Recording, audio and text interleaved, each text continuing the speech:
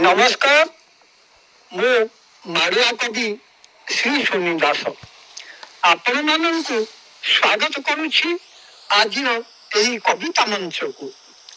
आज दुनिया रे अनेक मनुष्य निर्मल भावमूर्ति नहीं सत्य शांति की खोजी चली बेले आउ किछि उद्धत मनुष्य निजर स्वार्थ पाई बारंबार रूप बदलई अनेक रूप निजक सजई थांती।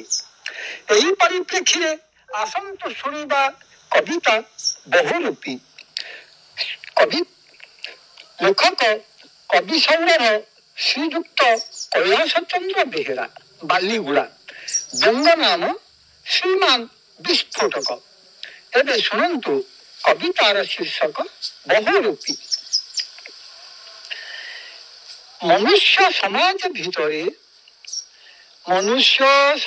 भितरे रही थांती एमाने आकाशर चला बादल भरी जाजाबर जीवन को आधरी नहीं घुरु थांती चौदिग केते बेले जमुना घाट तो केते बेले आनंद मठ पुराणर नवगुंजर भरी विचित्र वर्णा भीमकांत रूप एमानंक केबे अबा फुलेई झियर बांक चाहानी रे प्रेम दीवाना करी दियंती तो केबे अबा मिछेई झियर शेष चिठी रे आखिरु लुह झरांती फुलर सहर भितरे सुना कलसी रे दुदुरा फुल धरी एकड़ा एकड़ा रा करंती।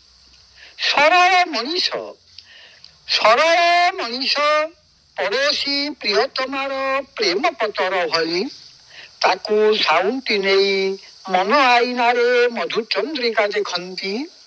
श्रीक्षेत्र नागरमणिर 22 पाहाचरे एमाने केते बेले दाता तो केते बेले नेता केते बेले श्रोता तो केते बेले वक्ता क्षुदरंकुणी साधव झियर पणत कानी रे मनर मयना को बांधी पुनेई जन्ह देखैबाकू कथा दियंती। किंतु दिले धरा कथा सरे भरी मनीष को यज्ञ आहुति देई अखा धौथा गुण गाउथा कही चली जानती।